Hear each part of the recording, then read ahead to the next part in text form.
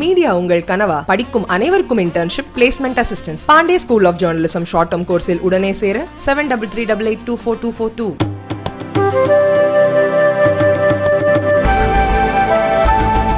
தனிப்பட்ட முறையில் நான் கேப்டன் அவர்கள் மீது மிகுந்த அன்பும் பற்றும் பாசமும் கொண்டு நேசித்தவன். என் மேல அவருக்கு தனிப்பட்ட பிரியம் எப்போதும். அதுல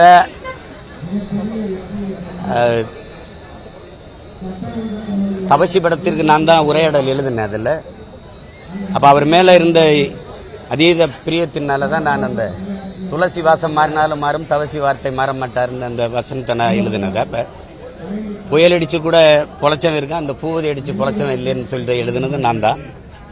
அப்போ அண்ணன் நாசர் கேப்டன் அவர்கள்ட்ட தவசி நீ என்ன வேணும்னே அவமானப்படுத்துற அப்படின்னு. இல்லை, நீ வேணாம் தாண்டா அவமானப்படுத்துறேங்கிறதெல்லாம் அதை உரையாடலாம் என்னை ரொம்ப பாராட்டி ரசிப்பாங்க. அது எங்களுக்குள்ள ஒரு எல்லாம் கடந்த அன்பும் பாசப்பிணைப்பும் இருந்தது. அது நாங்கள் ஒரே மண்ணின் மக்களாக இருந்தது கூட இருக்கலாம். தொடர்ந்து இங்க இல்ல பல இடங்கள்ல சிலாகித்து பேசிருக்கீங்க. சினிமால செஞ்ச சாதனைகள் பல இடங்கள்ல அந்த பாட்டை குறிப்பிட்டு பாடுவீங்க. இளையராஜா வச்சுக்க ஒரு பாட்டு அந்த சின்ன கவுண்டர் படத்துல வர பாடலை மட்டும் அவருக்கு இறுதியா இல்ல நீங்க அந்த பாட்டு வரி எல்லாருக்கும் அமைஞ்சிருது. இப்ப நீங்க ஒருத்தருக்கு எழுதுனா மிகையா தெரியும். இப்ப ரொம்ப சில நம்ம சொல்லும்ல ரொம்ப ஓவர்ரா அப்படின்னு.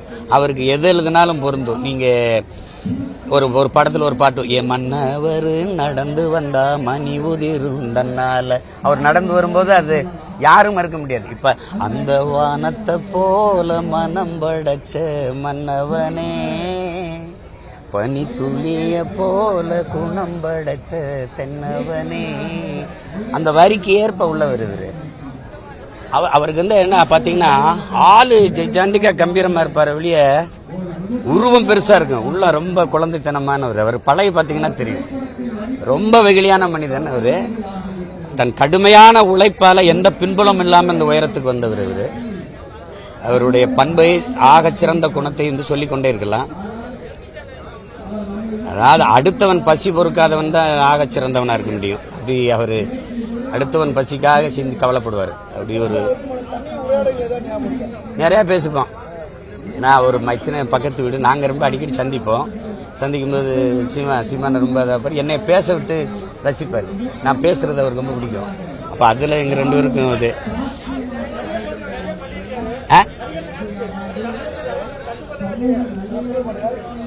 யாரதான் அவங்க கண்டிருக்கிறாங்க. நீங்கள் எப்பவுமே வாழும்போது அந்த மகனுடைய அருமை யாருக்கும் தெரியாது. உங்களுக்கு சான்றுகளை நான் வரலாறு முழுக்க சொல்லலாம். பாரதி உயிரோடு இருக்கும்போது பைத்தியக்காரன், செத்த பின்ன மகாகவி, உங்களுக்கு தெரியும் நினைக்கிறேன்.